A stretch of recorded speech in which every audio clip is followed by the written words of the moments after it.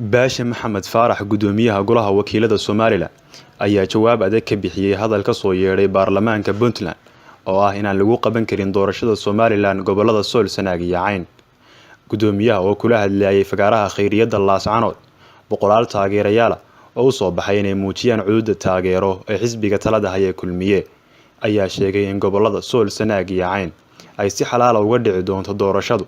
isla markaasina gacanna ku codeyn doonaan halka takalena ku qaadan doonaan qoriga. waa sida uu hadalka u dhigay gudoomiyaha golaha wakiilada Soomaaliland Baasha Maxamed Faarax oo ka hadlaya arrimahaas waxa uu yiri marka ugu horeeya waxaan ka hadlayaa baarlamaanka Puntland oo yiri doorashada Soomaaliland laba qaban karo waxaan u sheegaynaa doorashadana gacanna in lagu codeynayo gacanna qoriga lagu haynayo dad walaalaynu nahay deris baynu nahay faragelinta in inaad samaysaana xaq uma leedin maanta uma baahna dalkeenu dhibaato iyo dhiig wuxuu baahaya horumarin Soomaaliland uma jeedo inay cidna daandaasato cidna ay waxyeesho waxay ku mashquulsan tahay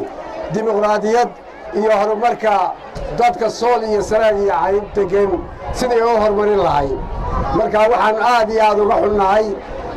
baarlamaanka Puntland